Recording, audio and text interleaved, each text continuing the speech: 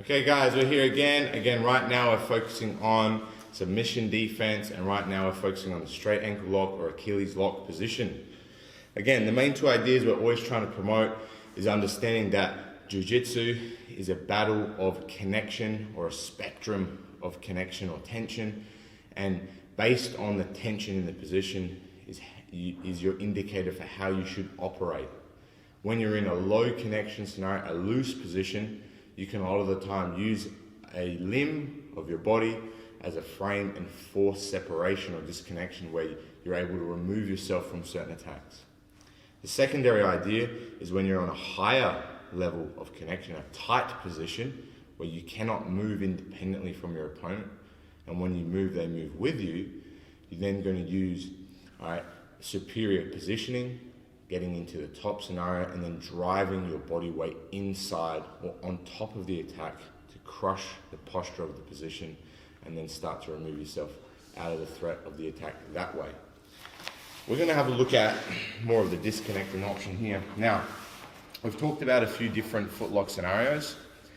The main thing we have to understand is, regardless of how our partner enters the attack, normally what our partner's trying to do is get to the same side hip. They want to force this posture. They don't want to be on this side. This side makes it easy for us to stand up, and it also takes a lot of pressure off of the shin because they can't actually physically lean on the area that they're attacking. Their body weight is very, very powerful, and so is ours. So getting to the top is very, very effective for defensive and attacking purposes. So my shin's pinned because his body weight's there, and I'm in the worst case scenario. I have a small window of time to escape, otherwise he can generate a lot of force on my ankle and shin and force me to tap or hurt or damage me. So what we're going to have a look at here is, again, moving in the direction that we're forced to, but this time, instead of coming onto the top position, we're just going to reposition our legs in a way that it's very, very difficult for our partner to finish. And because we have a strong barrier of our leg, again, close to the upper body or above the waistline, we can force disconnection or force our partner to return to a looser scenario.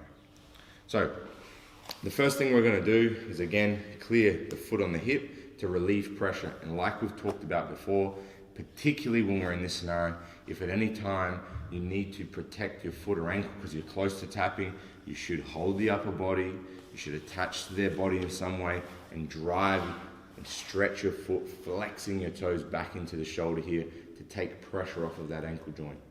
Again, this is not a defensive maneuver that's going to allow you to survive here forever, but it will buy you some time until you can remove yourself completely.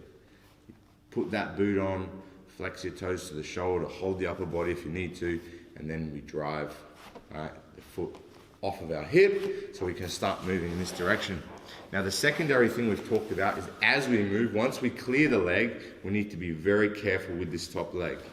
We cannot allow, as we move, for our partner to start passing that top leg over or driving their knee all the way down into the mat, because if that occurs, it becomes very, very difficult, again, to move back into a defensive situation. So, once we're able to take the foot off, we're going to crowd their leg a little bit and hold onto their body so it's difficult for them, to start to pass that leg over. Now, what we're going to do here is we're actually going to create a looser situation. So I'm not going to stay connected to my partner. I'm just going to keep moving in this direction, but again, I need to address this leg. So what I'm going to do is step my leg over the top and on my partner's hip. Now that we're here, we're already above the waistline. It's very, very difficult for Lucas to put his legs in any way, shape or form over my body. I'm blocking him. Every time he tries to belly down or go over my legs, very difficult. So there's two things that can happen here. I can pull my leg straight out of position. I can kind of push on his hip and start pulling my leg out of the situation, which can help, or occur here. Or what will happen a lot of the time is my partner starts to turn back to their knees. And once they do that, again, we've created this loose situation. Now, lots of things can happen here. I might even pull my partner into the closed guard or a triangle, or if I wanted to do, I could use the same disconnecting maneuvers we've done before. It's just turning my knee to the outside, heel to the inside, and I free my leg, and now we're back into a loose scenario, and then we can start attacking from there again. But what we've done is we've learned how to move from a high connection position, take away all the threats, and reposition our body to create a looser scenario where we can connect back to certain other techniques that we've done, escaping the straight ankle lock.